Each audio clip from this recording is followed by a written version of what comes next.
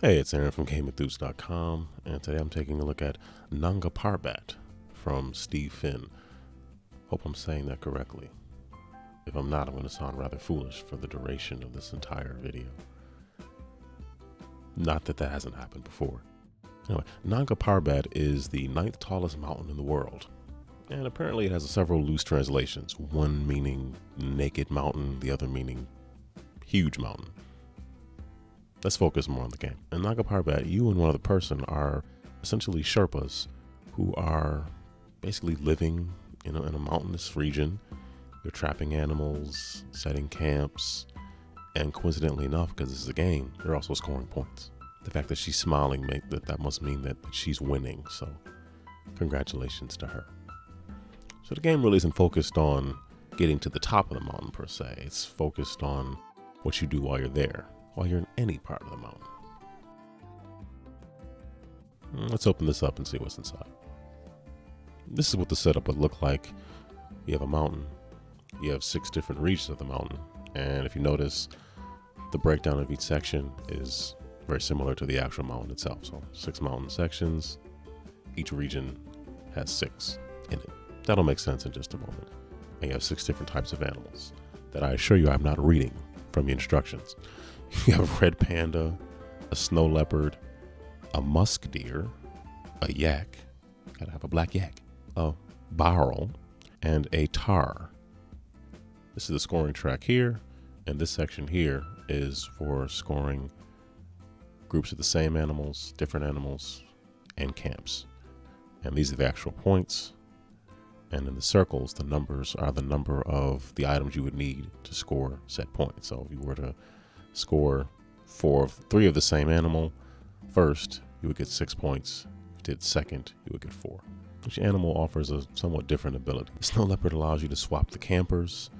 The tar allows you to swap any camper with an adjacent animal. Also, yes, it's adjacent campers. Let me specify. The musk deer allows you to swap any animal anywhere. The black yak is something else. The black yak is, I leaned heavily on that black yak. Black yak allows you to move the Sherpa meeple to any region of the mountain you want to. Boy, is that useful. The blue is essentially a wild. It can represent any other type of animal, the other 5. However, it's only for trading in, not for abilities. So the blue cannot copy the abilities of these. Is only for trades, which go back to these 2 rows here for scoring. And then the red panda, interesting. The red panda allows you to essentially gain 1 point on the scoring tracker when used if you have an equal amount or fewer points than your opponent. Those are all the abilities are. They're the same on both boards. Nothing changes except that you have pink and you have blue.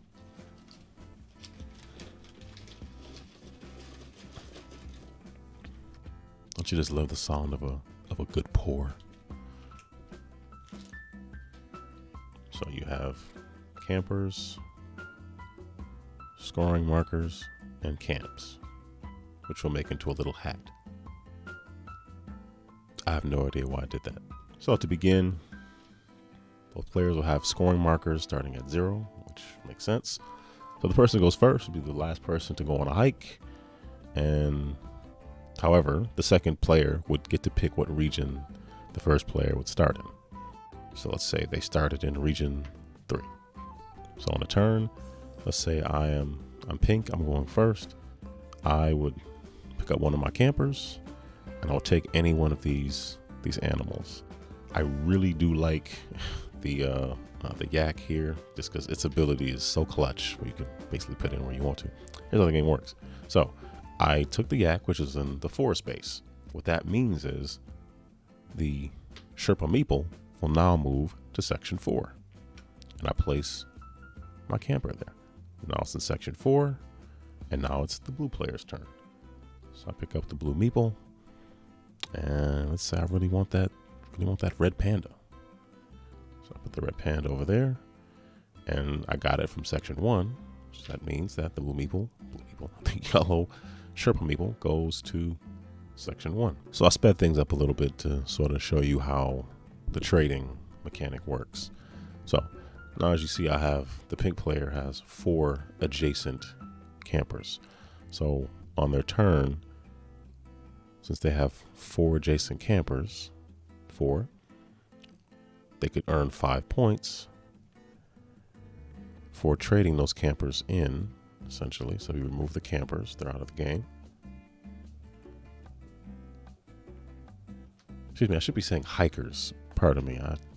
I'm thinking encampments, and then I'm thinking of camps, and I'm saying campers, hikers, and the hikers are replaced by camps, and then you would score them. There's 4 of them, so I'll take a scoring token, 4 camps, that'd be 5 points. So then they move up to 5 on the scoring tracker. Keep in mind, you have a very finite amount of these cubes. You only have 5. So you have to think about what means the most to you and what would score you the most points.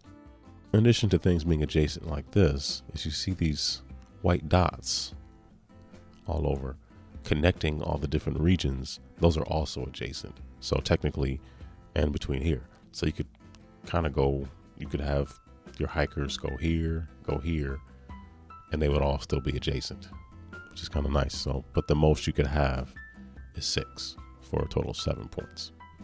And let's say it was the blue player's turn and they have 2 snow leopards and a barrel, which is wild. And let's say they wanted to trade in 3 of the same. So they could trade in these 3, which would be 3 different types. So you have, this is the scoring track for 3 different types. So if I was the first to do it, I would earn 5 points. If I'm the second person to do it, I would earn 3. So the blue player would put their marker there, and then they would also get 5 points. Also interesting, you can't be on the same scoring place on the track. So if someone's already there, you automatically get bumped up above them. Makes sense. You can't stand on the exact same part of a mountain. So someone's either ahead of someone or a little bit behind. So you get bumped up if you would be on the same area. I like that. That benefited me until it didn't. That's one thing they could do. Another thing they could do is you can trade in different. For example, that was supposed to be 6 different actual. That was 3 of the same, which is 6 points. Excuse me. So they would have scored 6 points, so they'd be here anyway. So also another option I could have taken is the 5 different animals. 1, 2, 3, 4, 5. This one counting for, doesn't matter, counting for anything. So 5 different animals would be this one here, and that'll be worth 7 points. That might have been more advantageous than getting 5 for having 6 points for having 3 of the same, but you make those decisions as you go along.